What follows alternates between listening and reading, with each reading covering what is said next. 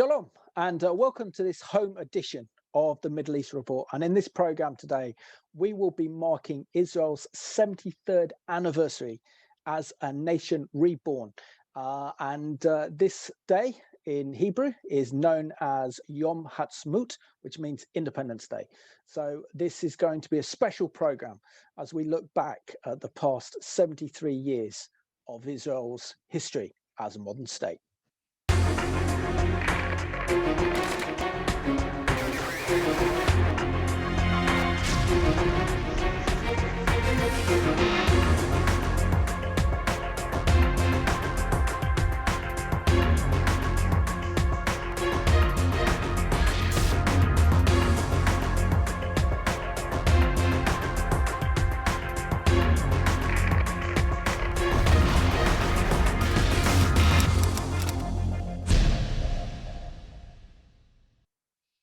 Warm welcome to the program, and I'm joined today by Jenny Seedoff, who is the Director of Civil Society at the Israeli Embassy in London, as well as Uriel Goldberg from Magen David Adom in Israel. Jenny, warm welcome to the program. Now, you are not only an Israeli diplomat working in the Israeli embassy in London, but you also come from a Russian background, and you and I have a strong academic connection, and that we both attended and graduated from the University of Manchester. So this makes you extra special in terms of my Middle East guests. Thank you, Simon, and I'm so happy to be here. Thank you for having me. As you said, indeed, I was born in Russia. My family is from Moscow in Russia. And I immigrated in 1989 when I was just 2 years old with my family. We immigrated to Beersheba, which is a city in the south, in the middle of the desert. And indeed, like you say, I went to study and get my education in Manchester University. It's also very much connected to my Russian family that thought that if we can get education in the UK, that would be very, very good. And here I am, 10 years after my graduation here in the UK again, heading the Civil Society Department. So very happy to be here. Excellent, it's a real pleasure. And sadly, mine's a lot longer than 10 years since I graduated, but I'm not going to give that away. And Uriel, it's absolute pleasure to have you back on the Middle East Report. You did a fantastic job a couple of years ago, talking about what we should do if we find ourselves caught up in a terror instance. So for our viewers, please can you remind us of your Jewish background of growing up in North London and making Aliyah to Israel and end up working for the prestigious Magen David Adom. Thank you for having me again, and shalom to everyone. It's great to be back again. Yes, so as you said, my name's Uriel. I grew up in Hendon in northwest London, a Jewish family, went to a Jewish school. When I finished high school, I went to Israel for my gap year, where I was studying, but also volunteering for Magen David Adom, which is Israel's national EMS and ambulance organization. And it was during the year where I actually got to see a side of Israel which tourists don't get to see. You get to see a side where you see people inside their houses, you see all kinds of cultures and walks of life, and meet people who you would never be able to meet anywhere else. It was during that year that I decided that Israel was the place for me, and that's where I wanted to live and where I wanted to bring up my family. So at the end of the year, at the age of 19, I made Aliyah, or immigrated to Israel.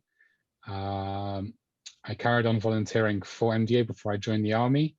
When I finished the army, I went to work for MDA, at first as an instructor and as an EMT, and now in international relations and as a paramedic. Fabulous. And I love MDA, and you know, most of our supporters as well love the work of Magen David Adom, because they save lives, whether it's Jewish lives or Arab lives, it doesn't matter. Even terrorists end up save their lives. So we all appreciate the incredible sacrifice and the dedication done by MDA in saving lives in Israel. Jenny, can you just share with us what your job title is? Because it says that you are the embassy's Director of Civil Society. So can you just explain what your job role is, what your title involves, and what's the remit of of your position as an Israeli diplomat at the Israeli embassy? Of course. Well, I'm, as you said, the director of the Civil Society Affairs Department, which essentially is in charge over the relationship between civil society actors in the UK and in Israel.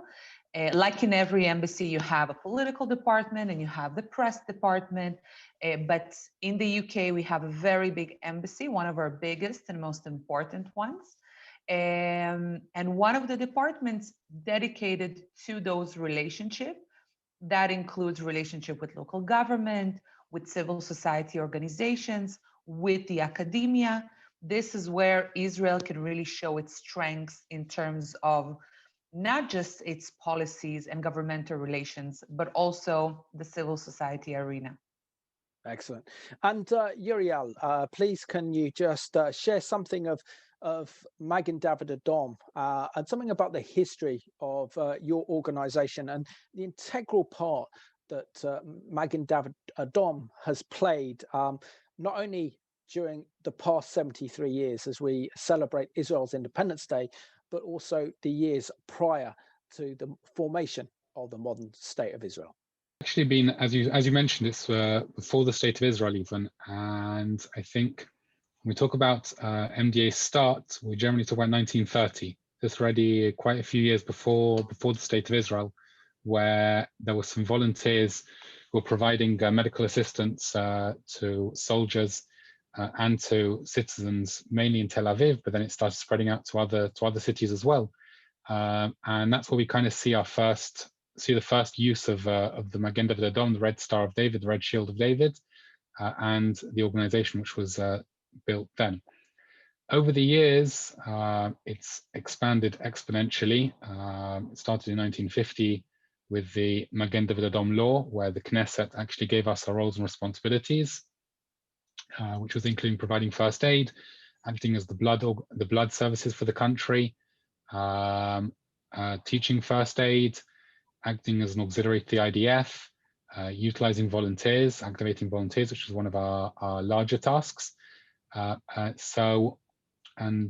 that's how we've expanded over the years. Recently, we start looking at this year, for example, if we're talking about how it's become a well-known organization. We just saw just now over the past year how MDA took on a lot of tasks, especially COVID-related, and I think we'll talk about them in a minute, which has shown the country the importance of the organization, the size of the organization.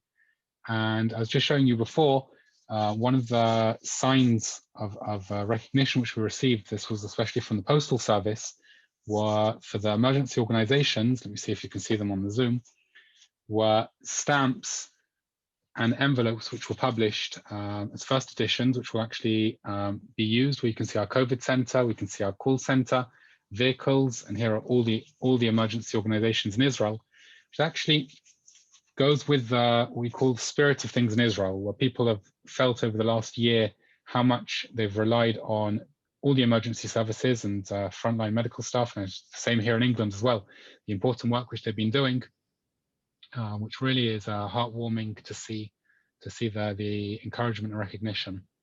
That's lovely. Really, really nice stamps as well. That really shows the appreciation of the Jewish state towards the work of MDA, particularly over this last year, which has been horrendous in dealing with COVID-19. Jenny, as of this program today, we are looking forward to Yom Ha'atzmaut, Israel's Independence Day, where Israel celebrates her 73rd anniversary as a nation reborn. Can you tell us what Israel means to you? First of all, Israel is my home. It's where I feel that I belong.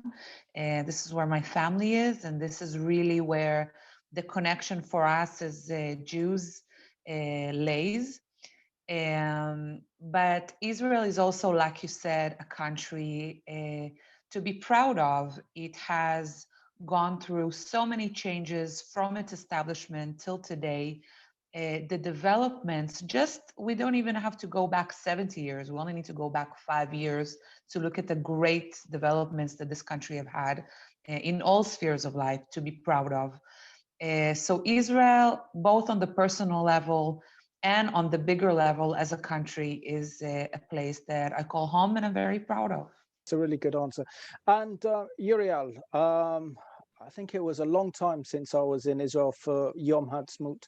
I think it was back in 2001, and I remember being in Tel Aviv, and as we see with Jenny behind her, so many Israelis waving the blue and white flag with the Magen David Adom on it, the Star of David, and such a joyful celebration and everything else. Why is and having lived in Israel for a while now, why do you think Yom Ha'atzmaut, or Israel's Independence Day, is so special, and why Israelis are so patriotic towards their state?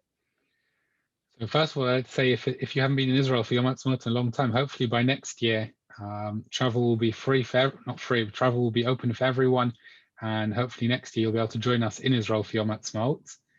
But I think what makes Yom Ha'atzmaut so joyous, and as Jenny was saying, is the day which comes before it.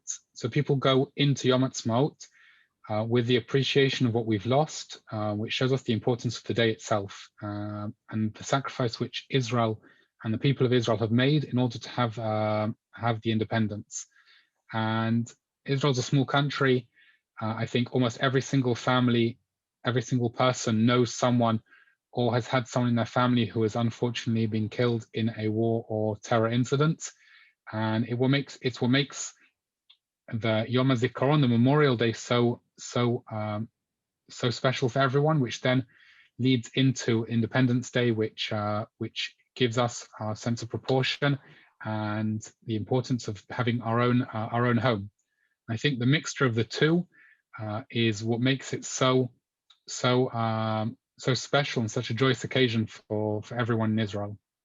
Absolutely, and I can testify it's a great experience to anyone who wants to be in Israel during Yom Ha'atzmaut or Israel's Independence Day. It's such a fun day, but also the day before Yom HaZikaron is a very moving, very somber day where literally cars will stop in the middle of the motorways like they do for Yom HaShoah, to mark Holocaust Memorial Day, where there is a 2-minute silence, and that's quite eerie, but needs to be done to pay respect for those who have died fighting and defending the state of Israel. Jenny, do you feel the weight of Jewish history on your shoulders, knowing that it was over 1,900 years ago that the Romans destroyed the Second Temple in Jerusalem, and then we saw the expulsion of the Jewish people, which led to over almost 2,000 years in the diaspora, being spread to the four corners of the world. And now you are today, 73 years on, and you are a diplomat representing the state of Israel. It's an incredible achievement. Thank you, Simon. So representing the state of Israel as an Israeli diplomat is a very unique job because, first of all, I'm representing the state of Israel and its citizens, including its Jewish majority citizens, but also its Arab citizens, its Christian and Muslim citizens, and all the other minorities that we have in Israel. So it's very important to understand that. Like me, we also have diplomats from other faith groups. And this is what makes it a very special job, I would say. In addition, like you mentioned, representing the only Jewish state in the world, the only Jewish and democratic state in the world, means that, of course, I represent also the Jewish history behind the state. In many different countries, the effect and the impact that we put on the Jewish history is different. You know, in some of the countries, not necessarily you have a Jewish community or someone to tell the story of the Jewish people, and this is where you need to put more input from the embassy. And of course, our relationship, the embassy's relationship with the Jewish diaspora, is something that is very important for us in every embassy all around the world, as part of this special connection and special bond between Jews in diaspora and the state of Israel, as well as, of course, other communities. Finally, I would say that being an Israeli diplomat comes with a special sense of mission. It comes with its risks. It comes with its Yes, with its risk, because we still live in a time where we are threatened by other countries, and I think the sense of mission is something that this represents a lot of Israeli diplomats. Yuri, we mentioned earlier in this program that the MDA have played a huge part in Israel's history, even prior to the establishment of the modern state of Israel that occurred on the 14th of May, 1948. And it fits in with the ethos of Israelis, doesn't it? This whole concept of the sanctity of life is absolutely sacred within the kind of Jewish philosophy that plays a huge part in the thinking and the attitudes of Israelis, particularly when it comes to helping other people. Can you share how the values of MDA fit in with the values of the modern state of Israel? So yeah, as you were saying, the values of MDA, and especially the sanctity of life and saving life, and no matter whose life it is the most important thing which we stand by. But not only that, it's not only saving anyone's life, but the members of staff, both the employees and the volunteers which we have, are really from every sector of Israel. And when you come and do a shift on an ambulance, and you're welcome to come and do a shift at some point if you want on an ambulance, you can see that the people who we have are the full mixture of Israel society. I could be doing, as a Jewish paramedic, I could be doing a shift with a Christian driver and a Muslim volunteer, and we're working together, and we're best friends. And even after the shift, we can go out together. And it's not something which we think as we don't think of it as strange. We don't think of it as out of normal. But that's really the melting pot of Israeli society in one organization. And the idea that you can have a Muslim EMT or paramedic going to treat a Jewish in an ultra-Orthodox area, and especially on Jewish holidays or Jewish Saturday on the Shabbat, when some Jews may not want to work, we'll then have Muslims who will come and take over for them. And same for right now during Ramadan, when the Muslims prefer not to work or they can't do night shifts, then we'll have Jews who will come and take over in those areas. And it's a way of seeing the harmony of the Israel society come together for one joint cause, which at the end of the day is saving lives, which I think everyone anywhere can understand the importance of and can connect to that message and meaningful task. Jenny, you've got a unique perspective when it comes to Israel, coming from a Russian background, and considering that we are approaching the 80th anniversary of the Nazi invasion of the Soviet Union, and to think that at the end of the Second World War in 1945, after the world discovered the horrors of the Holocaust, that the modern state of Israel was born just 3 years after the Second World War. How extraordinary is this when we look back at Jewish history? Yes, Simon, indeed, like you said, it isn't extraordinary. And it's important to understand that people in Israel, no matter where they come from, the story of the Holocaust is really intertwined with our lives and is very important to the understanding of what Jewish people have gone through. But like you say, my personal story comes from Russia. Actually, my great grandfather, Abraham Lerner, was a Jewish soldier in the Red Army. This is a very common story for a lot of Soviet Union Jews. They were quite serving in quite high-ranking positions in the Red Army, and was fighting the Nazis from that point of view. So whilst a lot of them were suffering also because of the Nazi invasion in the Soviet Union, many of them also were fighting them as part of the Red Army. Yes, and this is a story that we continue to tell in Israel, the story of the Holocaust, why it is very important to remember the Holocaust, not just to remember, and to learn from its mistakes, to learn the lesson from it. And yes, all the personal history always intertwines with the state history in its past. But also, isn't it, Jenny, important to remind the Russians of the role played by Jewish fighters that fought against the Nazis during the Second World War? And maybe this is something that President Putin and others in his government need to understand as we mark this 80th anniversary of the Nazi invasion of the Soviet Union. Completely. I think that, first of all, Russia today is been putting a lot of efforts into remembering those things. It's happening both in Russia and in Israel. We see a lot of ceremonies that are taking place. We see a lot of stories that are being told. It's also something that is quite obvious. There was such a huge amount of Jewish soldiers in the Red Army. You can't really not talk about it. And today we do see many, many stories that are being told, monuments that are being put in Israel to remember indeed those veterans.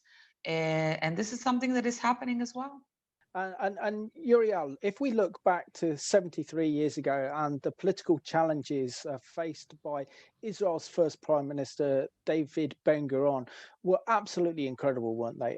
He decided once the British mandate ended, he was going to declare independence, knowing at the time he didn't have the complete backing of the United States, knowing that there were 5 Arab armies ready to invade Israel.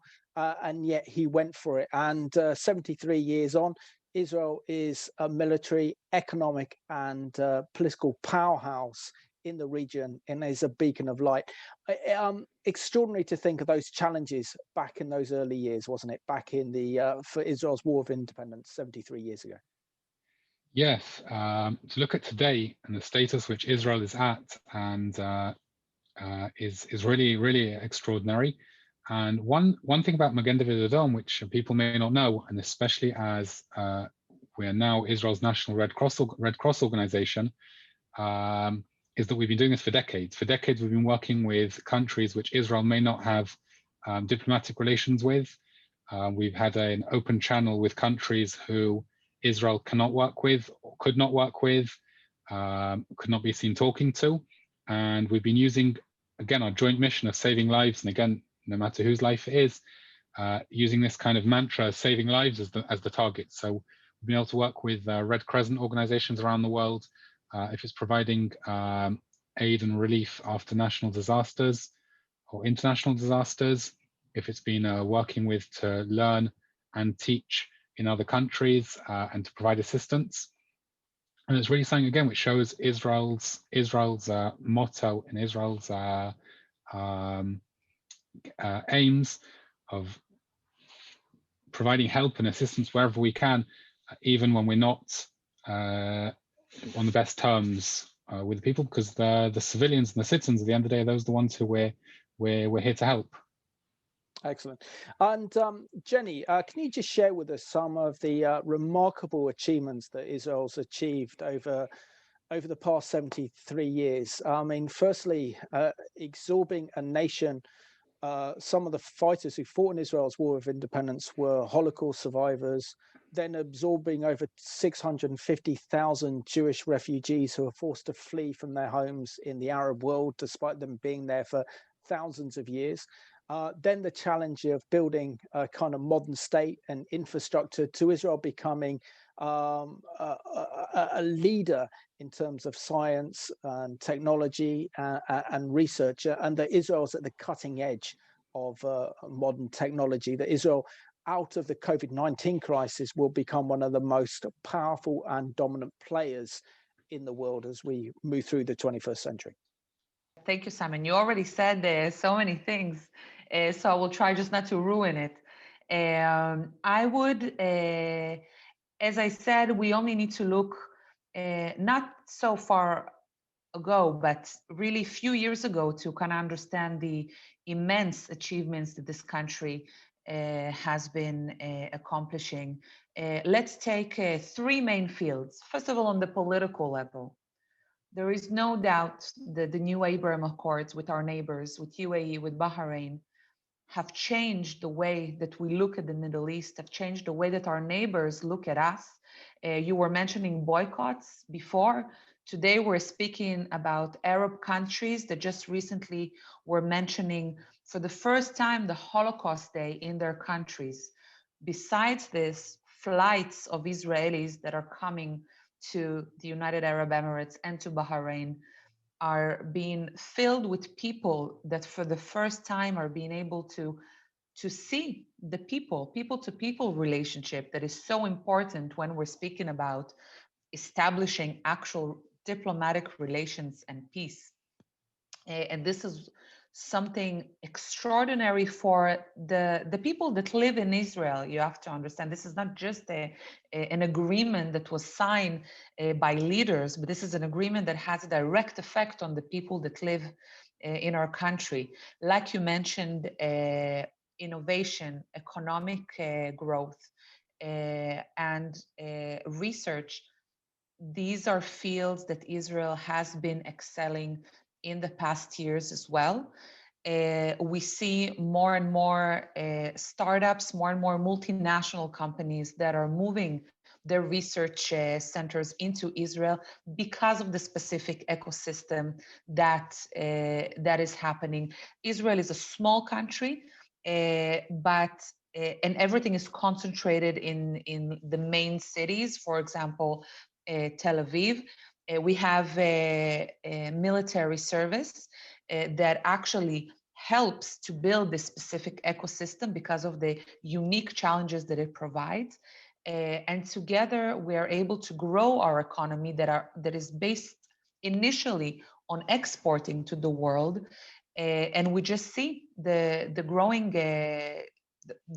of it. And finally, I would also mention the social aspect of it, because it's so important. We're speaking, I'm from the civil society department. It's the social impact of civil society organization, for example, like Magen David Adom, that allows and helps to flourish, to help flourishing, and to promote different types of sectors in the Israeli society. And this is, of course, also very important to note. Excellent. Yes, I want to follow on the previous question. We're just talking about the other countries which Israel doesn't have a relation with. I just wanted to mention one thing about MDA UK. And we're very proud of the assistance which they gave to Lebanon after the Beirut explosion. And we provided money and medical assistance, medical aid to people injured there. And that was reading on from the same point which we were talking about before. And Jenny, can you share with us something about what you as an Israeli and others think of the work being carried out by Magen David Adom in saving lives in Israel? Of course. I think that for me and for every Israeli, Magen David Adom is a very inherited part of our lives. We know that if we have an emergency, we call Magen David Adom. We understand and we know about this unique volunteering aspect of Magen David Adom.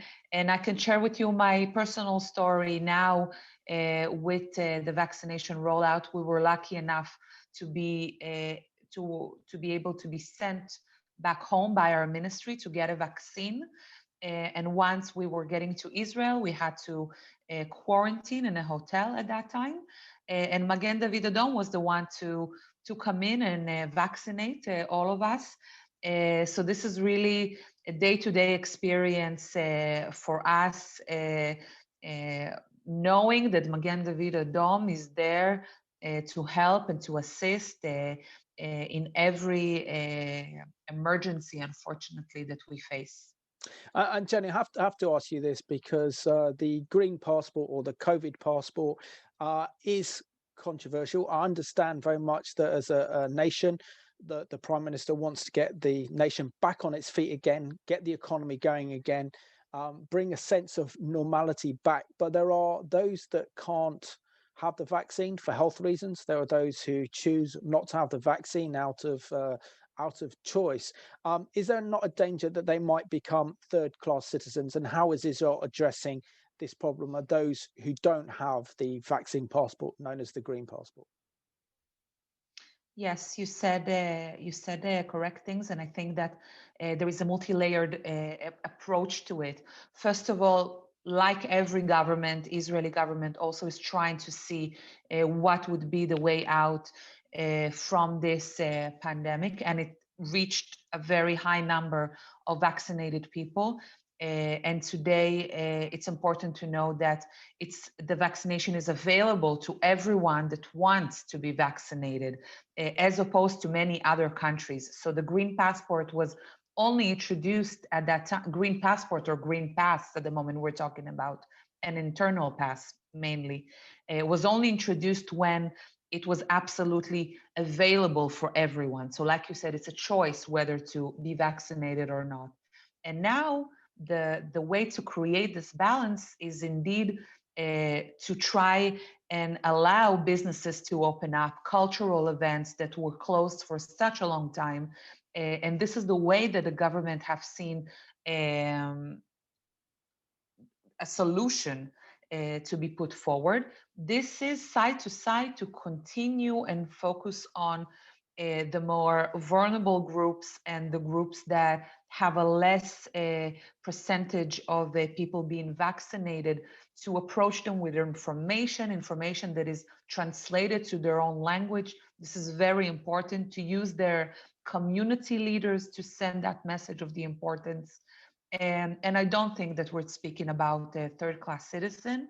And especially for essential places, it's important to note that everybody can get a COVID-19 test done ahead of visiting this place. So this is, again, like you said, a balance in between how do we allow the businesses to reopen and still keeping the people safe. Really appreciate that so much.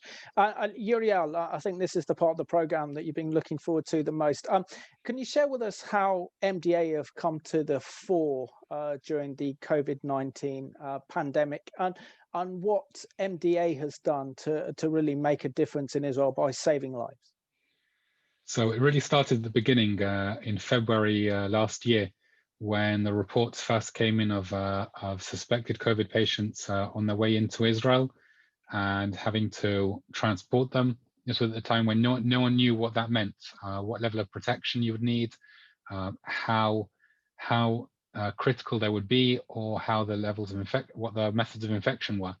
And this was the time we had some paramedics who actually volunteered to be the ones to go and meet those patients it was at the airport, and to transport them to hospital. And right then, the dedication of the teams on the front line was seen from then until today. We started by opening up COVID call centers. We were answering calls from the general public with all kinds of concerns. We usually on a day-to-day, we receive about 2,500 calls a day. We were receiving during the peaks close to 100, 120,000 calls. So it started by really backing up our call lines with dispatchers, call takers, volunteers. We had our youth volunteers as well, who were working around the clock. Afterwards, we started transporting COVID patients. We started testing, sampling people at their houses. We opened the COVID drive-throughs, the test and drive, where we're able to sample tens of thousands of people a day. It then carried on to transporting patients to hospital, to treating, and eventually to vaccinating as well, where our proudest achievement was vaccinating all the elderly accommodations and sheltered accommodations across the country within 42 days. We did it now what we call a 21-2. So you vaccinate every single old age home in the country within 21 days, and then you then start the second round. This was using the Pfizer vaccination, obviously, which is the recommendation was one on day 1 and then the second one on day 21. And then, so the second round, you really get to take the exact number of doses to the old age homes. The people there, their anxiety levels go down. They know the staff who are coming to go and vaccinate them. And that's how we managed within under 42 days to protect the most vulnerable population. Since then, as Jenny mentioned, we were vaccinating both in the airports, dignitaries who flew in from around the world. Some of them actually flew in, landed, they got their jab, and then were on the plane back a few hours later. And some of them actually came into Israel and were vaccinated whilst in quarantine or before, and are vaccinating across the population, especially those who are difficult to reach. And that's where we really picked up and assisted where we could. Excellent. Well, an incredible job. So thank you for you and everyone else who works for MDA and in the incredible work that you've done during this extremely, almost unprecedented year of dealing with COVID-19. Jenny, as an Israeli and as an Israeli a diplomat, what does MDA mean for Israel? And you know, it's almost as trusted, it's on the same trusted brand, I believe, as the Israeli Defense Force, the IDF. So the Israelis love MDA, don't they? I think that for me and for every Israeli, Magen David Adom is a very inherited part of our lives. We know that if we have an emergency, we call Magen David Adom. We understand and we know about this unique volunteering aspect of Magen David Adom. And I can share with you my personal story now with the vaccination rollout. We were lucky enough to be able to be sent back home by our ministry to get a vaccine. And once we were getting to Israel, we had to quarantine in a hotel at that time. And Magen David Adom was the one to come in and vaccinate all of us. So this is really a day-to-day experience for us, knowing that Magen David Adom is there to help and to assist in every emergency, unfortunately, that we face. Uriel, I have to ask you, I mean, we're talking here about Israel's 73rd anniversary as a nation reborn.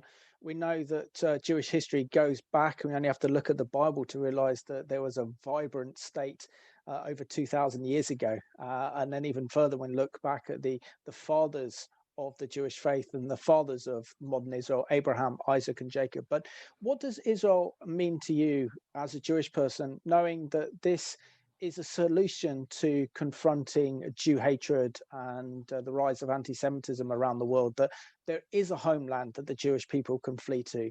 They are protected by one of the most powerful armies in the world. And wherever anyone's Jewish around the world feels that anti-Semitic attacks, they know there is always Israel that they can go to. Now, 73 years ago, that wasn't a reality, but today that is an amazing reality. Share with us how Israel's playing a role in combating anti-Semitism.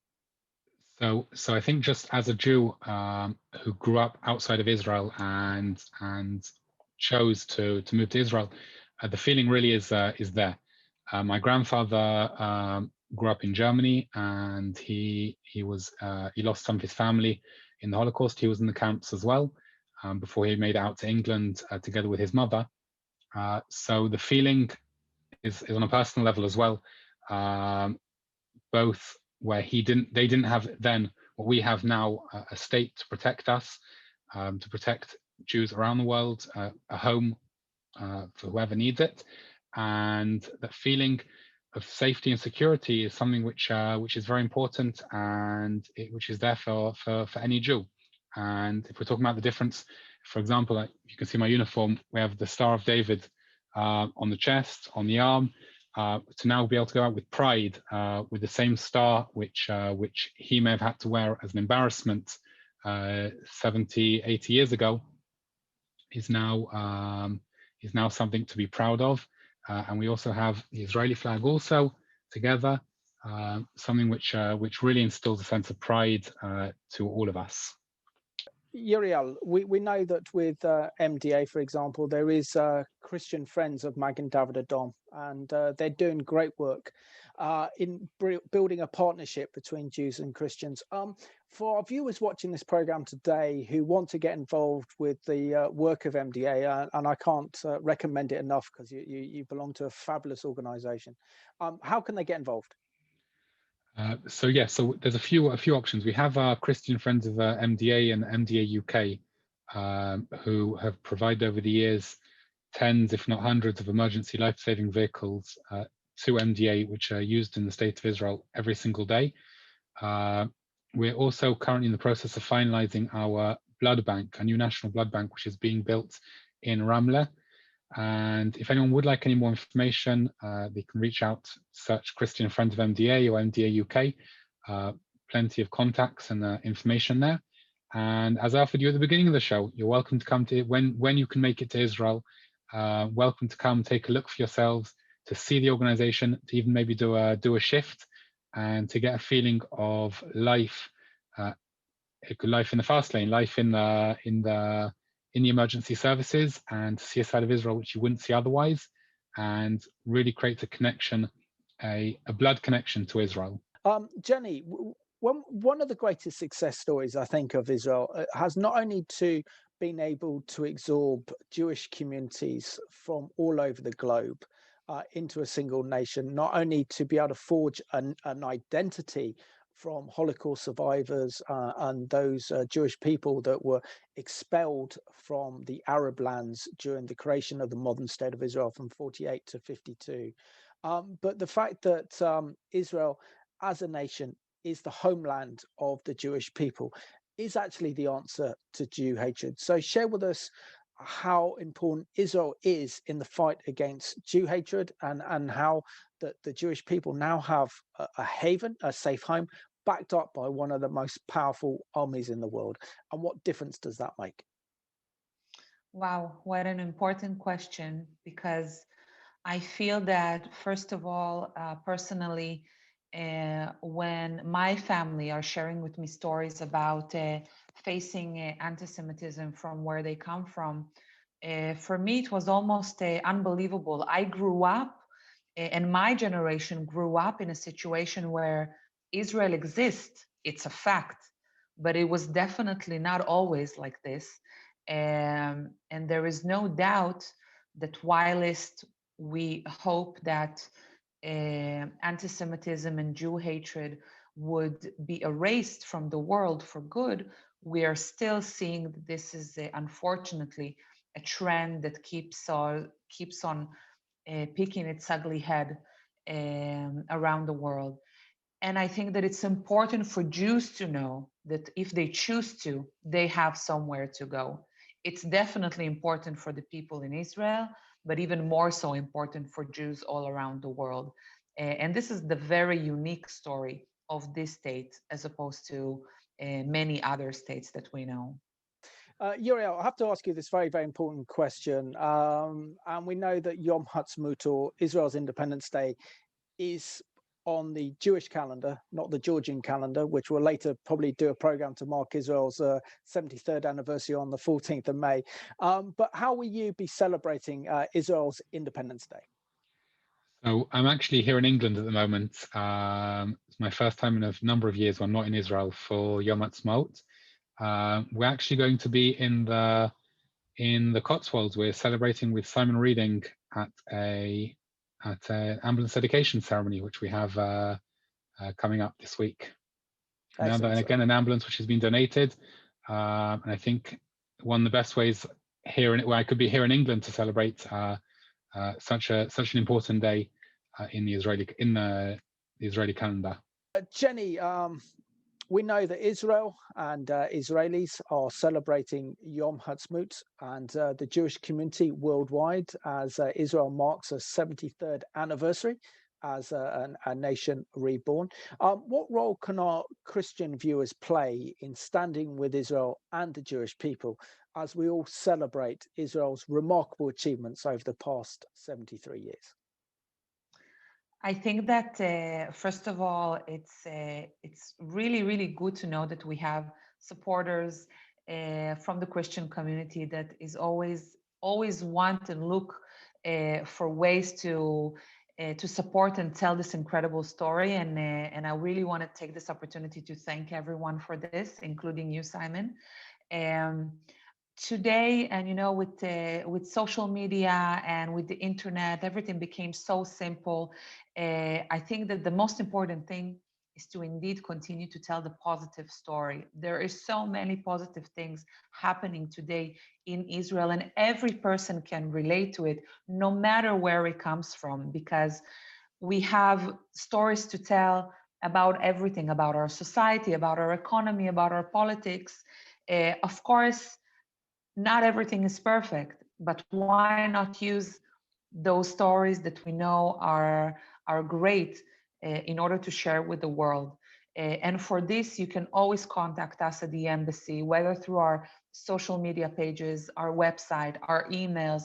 We're always open to discuss if you have any questions or ideas of your own.